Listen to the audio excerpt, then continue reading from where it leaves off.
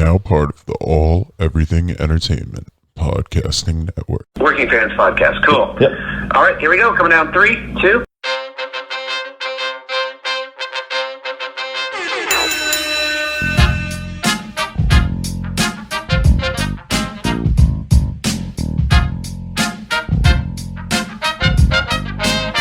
Welcome back for another week of the Working Fans Podcast.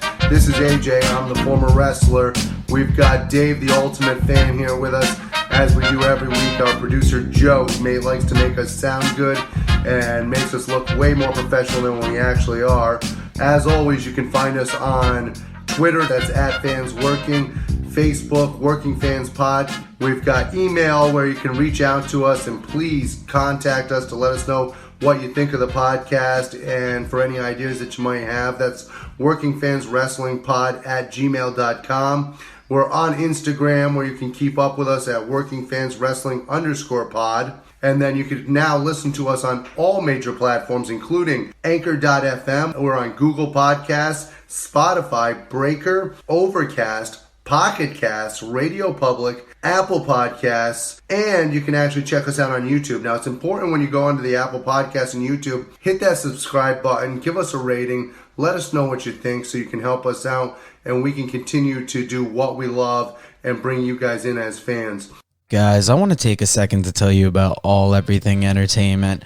They are your home for the latest breaking news and opinions about sports, wrestling, and entertainment. From jock to geek and everyone in between, they will definitely have something for you. As I'm recording this, they have 10 live weekly podcasts that can be watched daily on Facebook, YouTube, or alleverythingentertainment.com. The replays are available on their Facebook, YouTube, SoundCloud, or iTunes channels.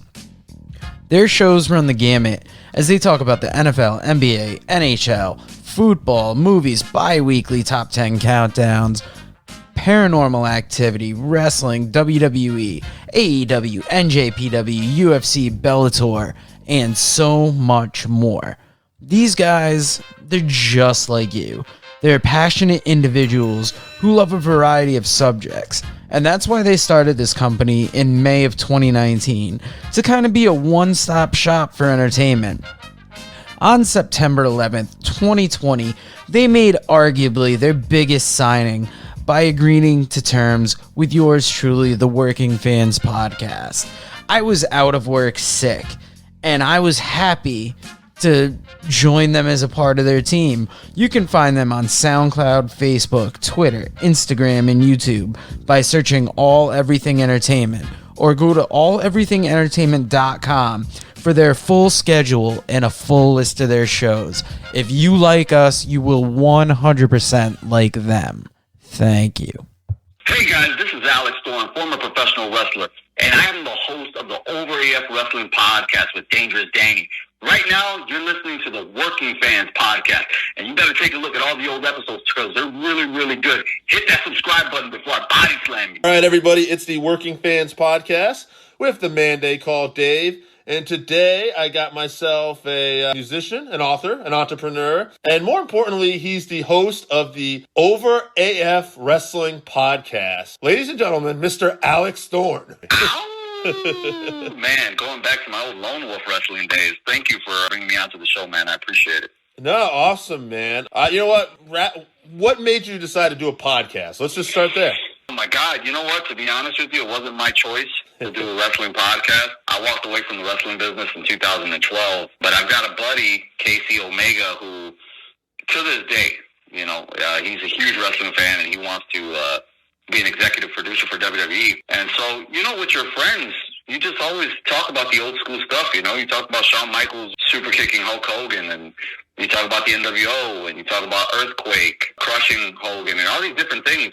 And he just said, hey, man, why don't we get on a podcast? Let's do like a smaller version of what Conrad is doing, a longtime fan and a pro wrestler. And I said, okay, if we can get a catchy name and a good logo together and a decent format, then we'll go ahead and do it. And so, we went forward, and eventually it just became me and Danny, who is my co-host now.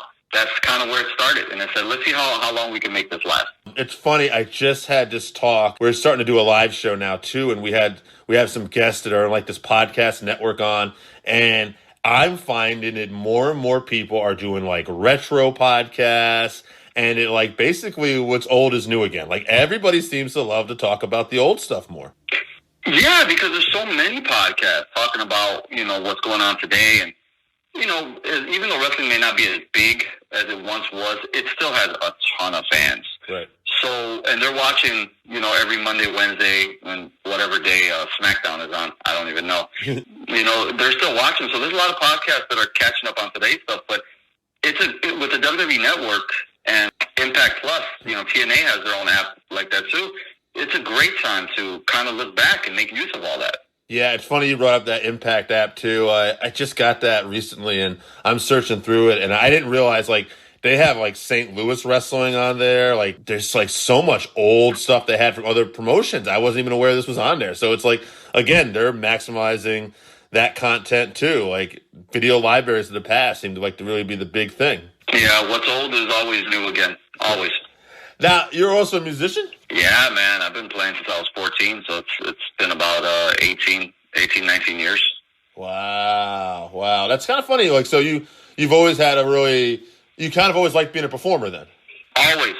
Like, the first thing, as embarrassing as it may sound, man, my first dream was to be a tap dancer in 1990. Little did I know tap dancing was it wasn't popular anymore, but, right. My uncle was showing us, these old 50s movies and stuff where they were still doing that. And I was like, I want that reaction. Whatever I'm hearing on the other side of that performer, I want that. So it was always to be in front of people, some way, somehow. That makes so much sense, though. I can totally relate to that because, all right, so you're young, your uncle's showing you this, and it just looks like the coolest thing. You have no reference at that age, so you don't know that it's like, something that's a little passé for a lot of people. You're just like, I love it. This is it. Yep, exactly. And he was an old school head for whatever reason, even though he was, at that time, even though he was like, in his 20s, he wasn't showing me what was popular at that time, Madonna and Michael Jackson and Prince. He wasn't showing that stuff. He was showing stuff from the 50s. So I'm assuming it may have been stuff that, maybe his parents showed him that it stuck with him. Yeah, that's cool though that you got. I like that though. I mean, to me, it's like I don't know, maybe much like pro wrestling, much like anything. I like when their stories are a little different. You know what I mean? Like it's so. Everything like you talk to is usually just the same. I wanted to be a rock star. I wanted to be this. So you're like, I want to be a tap dancer. Like, okay, let's do it. Fuck yeah, that's what I want to tell you. I was like, yeah, man, I guess so. And I looked, when I wrote my book in 2017, that was the first time I thought back. Mm-hmm. And I said, wait, what did I want to do when I was a kid? Because it wasn't wrestling and it wasn't, rock and roll. And then I started thinking and, traveling down those roads, and I was like, oh my God. That's right. I wanted to be a tap dancer. I forgot all about that. I was tap dancing at my little friends', birthday parties and stuff that they would invite me to. I'm sure annoying the hell out of my mom back then, but yeah, it was what it was. So you had a book out too. Tell us about that. What's it called and a little bit about it. Yeah. So the book is called I Am Thorn, How I Broke the Chains of Mediocrity and Learned How to Live to Win. I started to write it because I had noticed that, wow, I'm only like 27 years old at that time. 27 years old, and I'm like, I not only filmed for some of the biggest stars that came through Chicago with my company, Jet Dragon Productions, I was already in Texas and Arizona and New York and LA playing in rock bands when I was 15, 16, 17. But then I became a wrestler for 4 years. And then after that, I had a successful personal training business where I had 3 buildings here in Chicago. And I'm like, I'm only 27. Like, this is something to write about. Right. And I just started kind of traveling down those roads of remembering things and putting it into a book form. And it took about a year and a half to get it all together, a little under $1,000. And I launched it on Amazon and on my IamThorn.com website.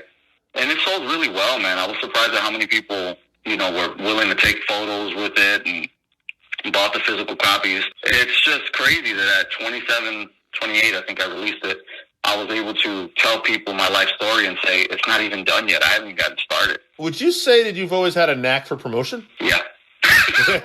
Yeah. Yeah, right. I appreciate it because I'm like listening to this and I'm like thinking like, okay, you're way ahead of where I was at that point, right? Like understanding the game, I was talking to, I think it was Ken Anderson we had on the show, and we were talking about how basically that, it's important to grind, hustle. And you always hear people say that. But also I feel like timing is so important in life too. Like you can go for something, but it can be the complete wrong time, or you can go for something the right time. And I guess what I was going to ask you too is, how important has timing been in your life? Really important, man. You got to strike when the iron's hot. Like right now, let's put it this way. We're in a pandemic that, nobody saw coming at this time last year. Maybe some of the scientists did and so forth, but nobody walking the streets saw this coming. And right now, and again, even though I'm not trying to self-promote, but we're talking about me here, I have my own supplement company coming out called T-Cell Nutrition. Yep. And I initially was thinking like, it'll be a good time to launch. But then the pandemic happened. I was like, wait, this is the perfect time to launch. Right. Like, because people are afraid to go to the gym. People don't want to catch, what's going on outside, be in big groups. But if they can do anything, it's at least supplement their nutrition. And yeah, they could try to eat better, but at least if they got some supplements to try to get them going, that'll be great. So I think, striking while the iron's hot is really important. I mean, no different with the rock and wrestling era. Hogan and Vince McMahon struck at the right time. Austin and Vince struck at the right time. The NWO, that was another thing that just struck at the right time. And I think timing is everything. You got to look at everything around you and say, you know what? Yeah, we got to jump into this right now. We're jumping all over the place, and I love it. Actually, I like interviews like this. I want to ask you now, because I think we basically are around the same age, and you were there for both boom periods. Like, we're talking about the NWO Attitude Era, but I also was my first memory of wrestling, like, where I got hooked on it. Like, it was Jimmy Snuka getting the coconut cracked over his head by Rowdy Piper. What got you into wrestling? Like, what really hooked you? Brother, the first memory is Hogan and Big Boss Man inside of the big blue steel cage on Saturday night's main event. I mean, I know my first memory, like the very first memory I have, is walking down the street holding my mom's hand. And in the other hand, I had a Hogan figure and I think a Ted DiBiase figure. But the moment, like that wrestling moment that sticks out in my head that's like, oh my God, this was it, was Hogan and Big Boss Man in the big blue steel cage. And I didn't even put I didn't even put everything together that was right at the launch of No Holds Barred, Hogan's movie, because that's when Zeus debuted on that episode of Saturday Night's Main Event. No wonder I have such an affinity for that movie and the colors and everything, because it was my first real big memory. Yeah, it's interesting. Interesting, too, like, those two in particular, I feel like had an underrated chemistry. Like, I've just heard a lot of people who remember that. Like, I look back at Big Boss Man, and he was such a character. Like, he fit in with that time period. But, boy, like, what a tremendous worker for that size, the bumps and everything he would do, too. Like, what a perfect foil for Hogan at that time. He was really unique because he didn't bump. I mean, even to this day, I've never seen anybody bump like him. There's a couple unique bumpers. It's like him. Randy Savage has a certain way of bumping that nobody else did. Sting. Yeah. If you ever look at it, he has a really odd way of selling. Yeah. And nobody's ever sold like him or bumped like him. So, yeah, Bossman is one of those unique guys that, for his side, that baseball slide. Yes. That he would do to the outside constantly. So cool. I also enjoyed the Sergeant Slaughter would take this bump over the turnbuckle, and like for a big guy, he would go completely flying and outside the ring sometimes. And I'm like, what the hell? You can do that? Yeah, well, but you know what the thing about Sarge was? He looked a little like goofy though. Right. He did, and that's why I totally catch you off guard when he could do something like that. I was like, what the Right. T-Cell Nutrition, we talked about, musician, you're an author. Obviously, you're a great entrepreneur, as we've learned. What would you maybe give some advice for people who like are trying to grind out there, whether it's a podcast or your business, like, some technical advice on just hanging in there, or, how to promote yourself? Promote. That would be the bigger, even if your idea is like half-baked, I'd say promote the hell out of it, because that's the one thing people forget to do. They put so much work, let's say, into podcasts. They'll put a lot of work into the quality of the podcast and research, but they don't know how to get it out to people to hear it and listen to it. No matter what you're doing, man, promote, especially now with like social media. We've got the greatest chance to grab the exact people we want for whatever our business is. You can literally say, if you come down, you take maybe 30 minutes to an hour and take a blank sheet of paper and say, who do I want as my customer? You can actually say, this is the age range, this is what they make, this is where they live, this is what they like, and you can plug that into Facebook and Twitter. You can actually get the exact person you want for your podcast, and it's never been easier than it is now. Yeah. And you know, what's interesting too is, there's never been a time to like just free promote, right? Like that's what basically all social media is. It's free promotion for you right now. Mm-hmm. I was saying this to somebody though, but what is interesting is, and I'm wondering too with COVID now too, what everybody, like you're talking about too, like, you know, nobody wants to leave the house sometimes. Like a lost skill I see happening is the face-to-face verbal and even the phone call itself. Like we're kind of going somewhere where I've noticed where some people are afraid. I saw this great meme the other day where it was like this guy looking down on us from heaven, and it caption was like, my ancestors looking at me knowing they had to fight for food, and I'm having a panic attack ordering a pizza. And I thought, man, that is so true right now, right? Yeah, that's good. That's good. And I just so I guess what I'm saying too is, in a roundabout way, is promote, but also if you have the skill right now that you can communicate and you're not afraid to go up to somebody to talk to them face to face or get on the phone, you should probably look into doing a business or something because you're already ahead of a lot of people and have a skill that a lot of people don't right now. Yeah, absolutely, man. You're 100% right with that. Earlier you mentioned Ken Anderson. Yes. He's an interesting guy. I actually went to TNA because I trained with his trainer. Okay. Yeah, so I had went to, it was like a December pay-per-view that TNA had. He was supposed to be facing Jeff Hardy. And we got the hard camera seats. So right where the hard camera is, where it used to be, I don't know what they do now in Impact, but in 2009, 2010, where the hard camera is, that's where they seat friends and family. And we were supposed to go there because we got invited by Ken Anderson, me and his trainer. And what's funny was I think that was that time when Jeff Hardy had like completely busted Ken's back of his head open or something like that with a weird chair shot. And he couldn't make it, so he got replaced by Matt Morgan. But that would have been my time to really get in and, start talking to Ken. But unfortunately, I didn't get to expand my relationship with him, just basically his trainer.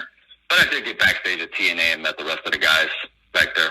So that was cool. Yeah. It's funny. I guess my story with him too is I'm meaning to have him back on, but as you know, you just keep grinding and you meet a lot of different people. But the day I interviewed him, and I've never asked about this, I know why he wouldn't tell me. It makes perfect sense, but the timing of it was so funny. I recorded the interview on a Thursday. He was working for NWA Power. He was supposed to be on a pay-per-view Friday, and then he wasn't there because he was injured, but nobody knew about it. Obviously, he wouldn't tell me either. So I tuned in the pay-per-view, and I'm telling my friends, I just interviewed this guy yesterday, man. What a great interview. He's going to be on the show. And I'm like, oh, wait, where the fuck's Ken? And then I found out afterwards the story from, because I never wanted to be, you interview someone, but I don't know him. So I'm like, that's not my place to ask. So then I found out afterwards, he had an injury. The timing was kind of close. And I was like, okay. I was like, but it was just the timing of it. I'm like, man, of all the times to interview him, That's hilarious. The Over AF Wrestling Podcast. There's a format you were telling me about too. Like you guys do this in season, which I think is pretty cool because I always think leave them wanting more myself. Promote it as best you can. Why should people watch this? What's different about it? Listen, watch. What a dumbass. But you know what I mean. I get you, brother. Yeah, no, you know what? It's really cool because, again, me and Danny, we come from that same era, which is around that 80s, that golden era. And the thing is that he continued to be a pro wrestling fan while I got into pro wrestling in 2008. So he has that perspective of looking at it from the outside, and I have that perspective of looking at it from the inside. And honestly, when we go back and look at these podcasts, when we go back and look at these pay-per-views, because it is a retro podcast, I see them differently now, right? I can't watch I can't watch the Attitude Era and mark out like I used to because I know so much more now than I did then. And so I look at like the quality of work rate versus him. He looks at it with nostalgia. Right. But, we also realize that there are people that watch wrestling today. There are going to be people who want to know what's going on today or talk about today. So not only do we talk about an old school pay-per-view, but we have a segment called What's Over Now, where Danny goes over what's been happening in pro wrestling the last week for about 5 to 10 minutes. And we also have a segment called the Over AF Wrestling Game of the Week, where we take a few minutes out to talk about one of the old school wrestling games like No Mercy or WWF The Arcade Game or WCW versus the World. And it's just really cool because we kind of cover all of that fandom that we have, and you hear us having fun, man. And that's the thing. So many of us get together and we talk about old school things or things we remember. And this is just like talking to your friends. So it's a fun podcast to be a part of, and that's the Over AF Wrestling Podcast. And like I said, I really like the fact you're doing it in seasons. I was just telling somebody, to me, that's one of the things we could use a little more of. Everything's so binged, so if like you can make people wait for it and want it, I was like, that's a good thing, Yeah, well, in between seasons too, like for one, you don't want to have burnout because you know with running a podcast, you're pretty much doing everything. You're not only distributing, you're doing the album art, you're contacting people for it, you're doing research. It can get daunting, so it's to avoid burnout, but it's also to give people a chance to catch up on all the older episodes. It's a good time to promote all the older stuff and kind of get together and plan between me and Danny about what we want to do in the next season and if there's anything new we want to introduce. Is there anything else you want to promote, sir? Anything else you want to talk about? Floor's yours. My God, man. You know what? The one thing I do want to talk about that I touched on earlier was my new nutrition brand, T-Cell Nutrition. And again, it's something that I had a passion for about 5 years ago when I was just getting done with my personal training business, just wrapping it up there. But something I've always been passionate about, even when I was wrestling and when I was personal training, was making sure that I was supplementing well because the foods that we eat, you know how much fake stuff is in those foods, man. Yeah. We're barely eating things that should be in our bodies now. And it's really important to me, especially with COVID, to keep, vitamin C, vitamin D, and multivitamins. For some people, that stuff is boring, but man, right now it's so necessary. So if you're interested in keeping your immune system up, then take a look at T-Cell Nutrition. We've got our first multivitamin coming out called Cyber V, and that's going to be out on the market and out for pre-sale in about 2 weeks. Awesome, man. That's good to hear. You're right. It is the right time to do that. Actually, myself, I've definitely loaded up on the vitamins in this time, and I think the same thing. Like people will tell you, oh, well, if you get sick, go here. To me, it's like, okay, what about taking care of yourself so you just don't get sick? Do the best you can. Yeah. Right? To me, it's like, that's right there. Dude. Come on, You can try. Right. Yeah, take effort. Don't, Go back to that meme, the panic attack over ordering a pizza. But yeah, dude. All right, man. Any social media you want to plug to? Yeah, for sure. If you're on Twitter, follow us at OverAFPod. That's our handle there. And, of course, it's overafpod.com, so you can catch up on everything that we've done. If you actually head over to my website, IamThorn.com, there's a shop on there where we have Over AF merchandise. And if you have a business that's looking to get promoted, especially in these times, write us at overafpod@yahoo.com because we can get together with you, put together a 30-second to a 60-second commercial, and get your business heard. Because right now we have 18,000 downloads. We've got over 100 5-star reviews on iTunes. And we're just rocking and rolling in places like Canada. We've got so many downloads in the United States.